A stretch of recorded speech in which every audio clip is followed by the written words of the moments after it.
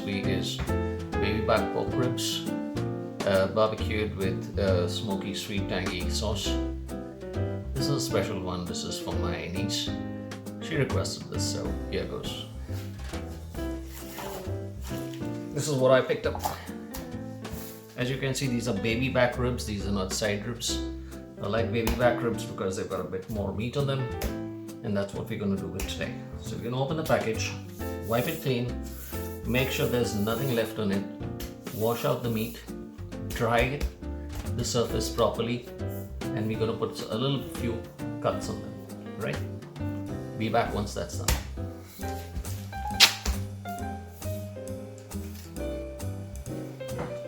Hi foodies, welcome back. So what we've done is we've just washed out the meat, made sure it's nice and dry, no blood on it at all, and we're going to score it ever so lightly. You don't want to go all the way down.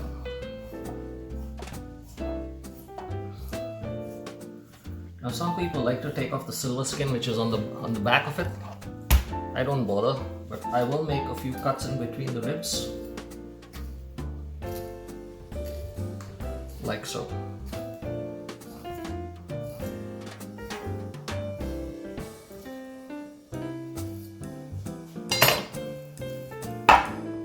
And that's it. Our rib is prepped, it's ready for its marinade. Right, so this is the phase where we've got to make our spice mix. So what I've got here is a tablespoon of garlic powder, a tablespoon of brown sugar, a teaspoon of salt, a tablespoon of ground red chili, any chili you like, and you can decrease that or increase it based on the heat you want. 2 tablespoons of cajun seasoning, 1 tablespoon of smoked paprika. Got about a quarter cup of Frank's Red Hot and a quarter cup of white wine vinegar. And we're going to mix it all with a few squirts of this. You could use any mustard you want, but I like to use the yellow one, right? So let's begin. I'm going to mix it all into this one. That's why this has a slightly bigger bowl.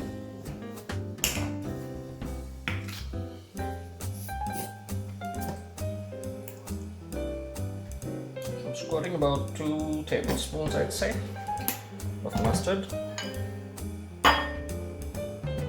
In goes my Frank's. Because there's a bit left in there, I'm going to pull this here and kind of get everything out of there. Alright, now that's in. Our paprika, smoked paprika. Make sure it's smoked. You want a nice smoky flavor on this one. Chili, and you got a few seeds there, but I like it because it gives you a bit of kick when you bite it. Salt and sugar. And a garlic powder. Now some of you don't like garlic, don't use it, but I do.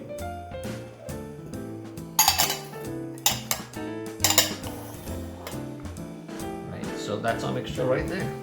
That's going to be a spice mix which we are going to paint over our pork ribs. Just make sure you mix it well, and I'd say leave it for about 5 minutes, right? Because you want some of the stuff in here to start getting hydrated.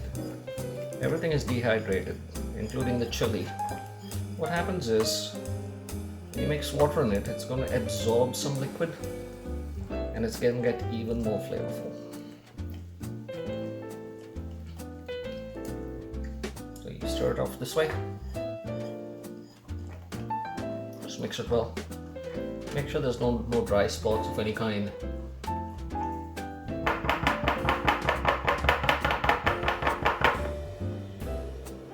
And that's what it should look like. It's a rather thick paste. It's not liquidy in any form. As you can see, it almost doesn't move. So it has to be thick, right? I'm going to leave it like this for 5 minutes, and then when we come back, we're going to paint this all over the rib that we just prepped. Right, it's been about 10 minutes that I've given this, so I think it's time to paint. What I like to do is 2 things. One, I'm going to use a tablespoon, that's right here. Take some of the mixture and put it in between these gashes that we've got here. And then of course we're going to use this silicone brush to just paint it over. As you can see, I've got some aluminum foil underneath here, because once we're done, all we're going to do is lift this, put another piece of foil, seal it into the fridge. We're going to start with the other side. Always start with the back, so let's do that.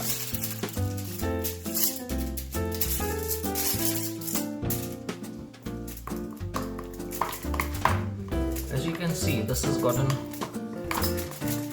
a lot thicker because it's getting absorbed. It's getting rehydrated.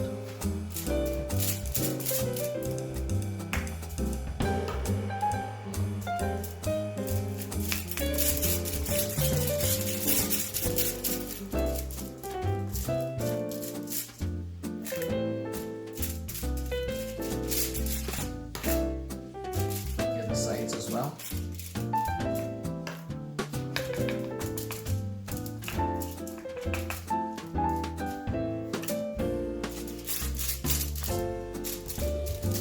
Doesn't matter if it falls down onto the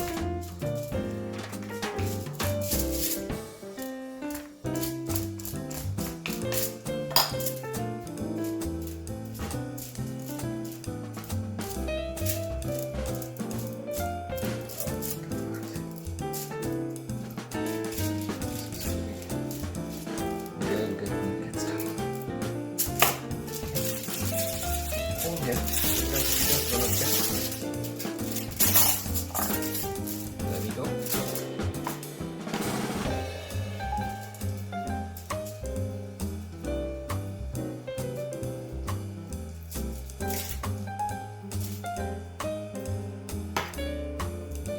If you want to use gloves, you can use gloves. If you don't want to use gloves, that's fine. Just make sure you've washed your hands.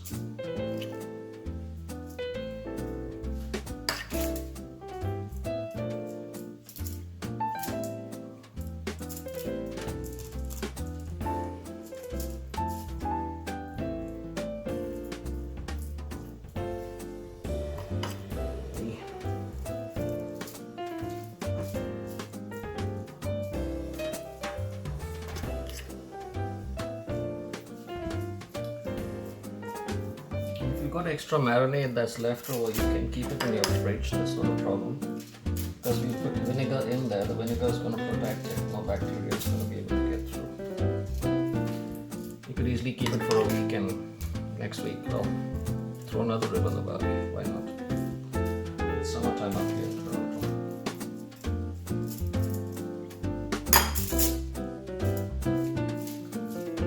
Now, the reason I paint it is because it makes it kind of uniform. That's what this lovely little brush does. You're probably thinking this is really dry.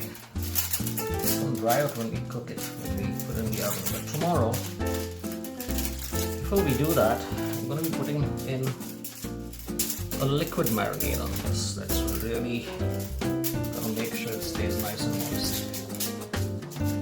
How's that? We're all done. I'm going to wash my hands. I'm going to be back and then show you how to wrap this up. Right, welcome back. Hands washed. Time to wrap this baby up. So really simple. You can. There's no rocket science to this. Just do it as best as you can. The objective is just to make sure everything is sealed, right? Because you don't want things leaking out into your fish. Really as simple as that. Now, if the lid is a bit too broad and it doesn't kind of stay stuck, let's take another piece.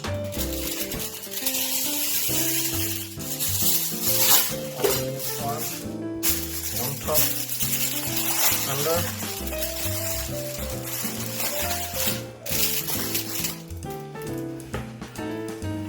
I always like to tuck it this way rather than the other way around. It's better. And there you have it. Nice and sealed. The fridge is not going to get any smell of pork, even though it will be lovely. And this needs to go in for 24 hours, like I said.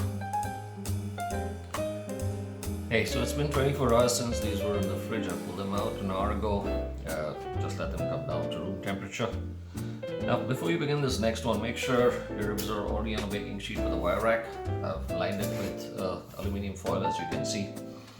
And what we're going to do is we're going to pour a liquid into it, so that that's really the trick here, to make sure they stay moist. What I've got in here is half and half fresh orange juice, topped it up with a bit of water, 1 teaspoon of brown sugar, half a teaspoon of salt. That's what we're going to do. Pour it in here. Not all of it, but some of it. But let me show you what this looks like today.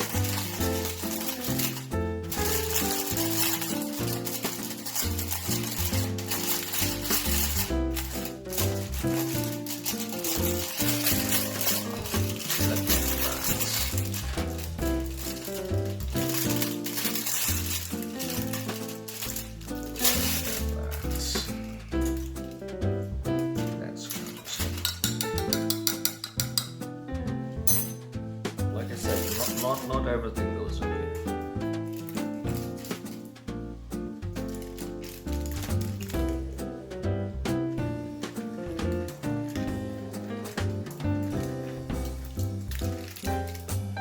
So that's about good.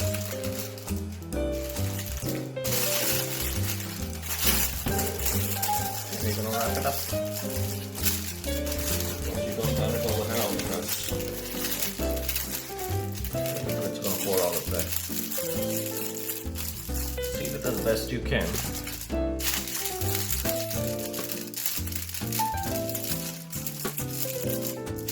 And this goes into a preheated oven, 300 degrees Fahrenheit, not Celsius, Fahrenheit, for 3 hours.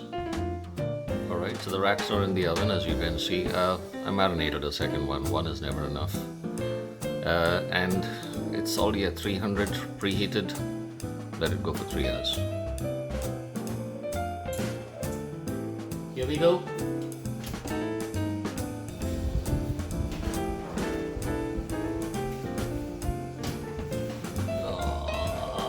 Gorgeous. And as you can see, a lot of the juices have come out. All you want to do is just open them up, right? That's it. Just open both up, so the steam can escape, or at least start to escape. Oh my God.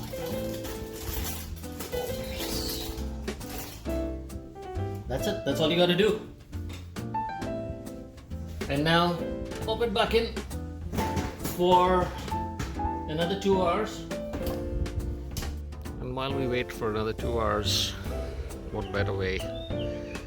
Sit in the backyard, enjoy the greenery, the peace, quiet, birds humming, and a good beverage. And of course, guess who's back? Milo. Milo's back. So I'm gonna see you in about 2 hours time. In the meantime, it's chill time.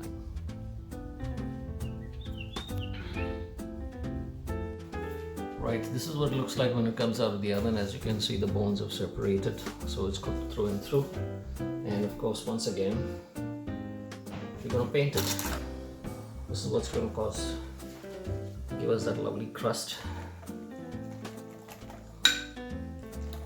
And I'm gonna put it back in on broil, very low broil. Keep an eye on it. It could take 30 minutes to an hour, but generally gets done in 30 minutes, so keep an eye on it.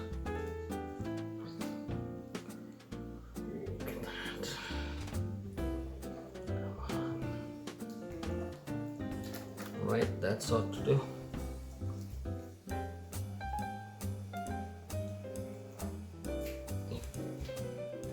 Right, so we've completed the browning. It's nice and caramelized. As you can see, there's a nice little layer of sweet sauce on it. And when I was taking it off, this part actually just fell off. Look at that. That's what you're looking for. You can actually pull out the bones. Back of a butter knife.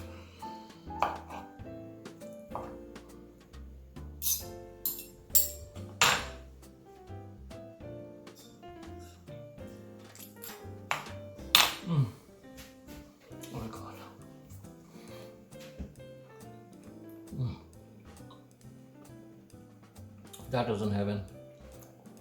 I don't know what is. Well, I hope you enjoyed this one.